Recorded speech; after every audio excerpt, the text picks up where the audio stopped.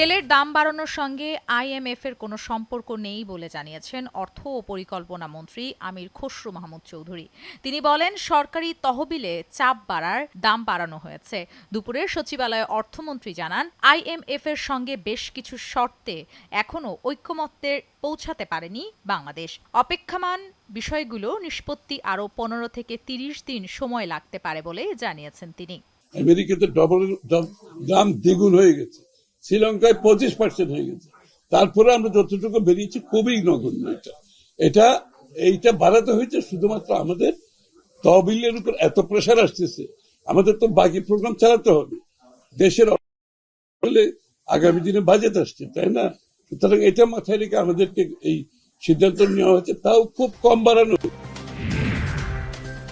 বিশ্ববাজারে জ্বালানি তেলের দাম দ্বিগুণ হওয়ার পরেও সরকার জনগণের কষ্টের কথা বিবেচনা করে দেশে তেলের দাম খুব সামান্য বাড়িয়েছে বলে জানিয়েছেন বিদ্যুৎ, জ্বালানি ও খনিজ সম্পদ মন্ত্রী ইকবাল হাসান মাহমুদ টুকু। দুপুরে সাংবাদিকদের আরও বলেন, আন্তর্জাতিক বাজারে অস্থিতিশীল পরিস্থিতির কারণে জ্বালানি আমদানিতে এরই মধ্যে সরকারের $2 বিলিয়ন বাড়তি খরচ হয়েছে। সারা বিশ্ব তাদের তেলের দাম অ্যাডজাস্ট করেছে, এমনকি আমেরিকাও $5 বাড়িয়ে দিচ্ছে। তো সেইখানে আমরা বাংলাদেশে গত এই যে যুদ্ধ লাগার পর থেকে আমরা যে ইম্পোর্ট করে যে আমরা যে স্টক তৈরি করেছি, তার যে দাম পড়েছে সেই দামের থেকে নিচে আমরা এখন প্রাইস অ্যাডজাস্টমেন্ট করছি।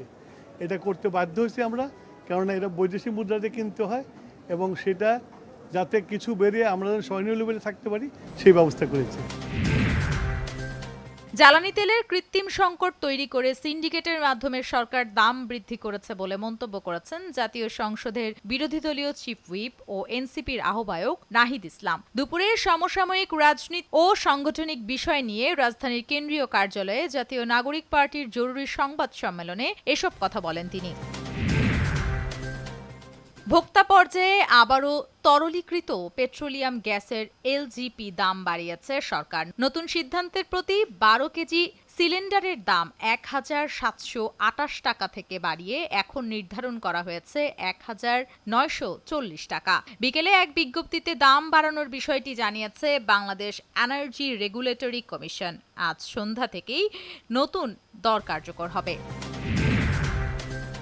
তথ্য ও সম্প্রচার মন্ত্রী জহিরুদ্দিন স্বপন বলেছেন, প্রবাসী বাংলাদেশিরা দেশের অমূল্য সম্পদ।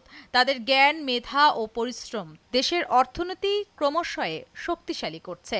তিনি দেশের টেকসই উন্নয়নের অগ্রযাত্রায় প্রবাসীদের আরও সক্রিয়ভাবে সম্পৃক্ত হওয়ারও আহ্বান জানান। সকালে সচিবালয়ে এসব কথা বলেন তিনি। খাল খনন কর্মসূচির উদ্বোধন করতে প্রধানমন্ত্রী তারেক রহমান আগামী 27 এপ্রিল যশোর ও 2 মে সিলেটে যাবেন। দুপুরে সচিবালয়ে প্রধানমন্ত্রীর সঙ্গে বৈঠক শেষে পানি সম্পদ মন্ত্রণালয়ের মন্ত্রী শহীদ উদ্দিন চৌধুরী অ্যানি এসব কথা বলেন। এ সময় মন্ত্রী জানান মন্ত্রণালয়ের 180 দিনের কর্মসূচি কি এবং কিভাবে বাস্তবায়ন হবে সে বিষয়ে আলোচনা হয়েছে। 27 তারিখ যশোরে খাল খনন কর্মসূচি তিনি উদ্বোধন করবেন এবং 2 মে সিলেটে খাল খনন কর্মসূচি উদ্বোধন করবেন। এছাড়াও আমাদের সারা দেশব্যাপী এই কর্মসূচি অব্যাহত রয়েছে। ব্রাহ্মণবাড়িয়ার তিতাস গ্যাস ফিল্ডে খনন করা হচ্ছে দেশের প্রথম গভীর অনুসন্ধান কূপ। দুপুরে সদর উপজেলার বুধল এলাকায় কূপটির খনন কাজের উদ্বোধন করেন পেট্রো বাংলার পরিচালক AKM মিজানুর রহমান। খনন শেষে এ কূপ থেকে প্রতিদিন প্রায় 15 মিলিয়ন ঘনফুট গ্যাস জাতীয় গ্রিডের যুক্ত হবে বলে আশা সংশ্লিষ্টদের। 24 ঘন্টায় হাম রোগে আক্রান্ত হয়ে একজনের এবং হাম সন্দেহে আরও 3 জন মৃত্যু হয়েছে। দুপুরে স্বাস্থ্য অধিদপ্তরের কন্ট্রোল রুম থেকে পাঠানো এক সংবাদ বিজ্ঞপ্তিতে তথ্য জানানো হয়। এতে বলা হয়, গত 24 ঘন্টায় সন্দেহজনক হাম রোগীর সংখ্যা 1197 জন এবং গত 15 মার্চ থেকে 19 এপ্রিল পর্যন্ত সন্দেহজনক হাম রোগীর সংখ্যা 23,606 জন। ইরানের পরমাণু অধিকার কেড়ে নেয়ার কোনো এখতিয়ার নেই মার্কিন প্রেসিডেন্ট ডোনাল্ড ট্রাম্পের বলে মন্তব্য করেছেন দেশটির প্রেসিডেন্ট মাসুদ পেজকিয়ান। ইরানের আধা সরকারি সংবাদ সংস্থা ISN এর বরাত দিয়ে আল জাজিরার প্রতিবেদনে এ তথ্য জানানো হয়েছে।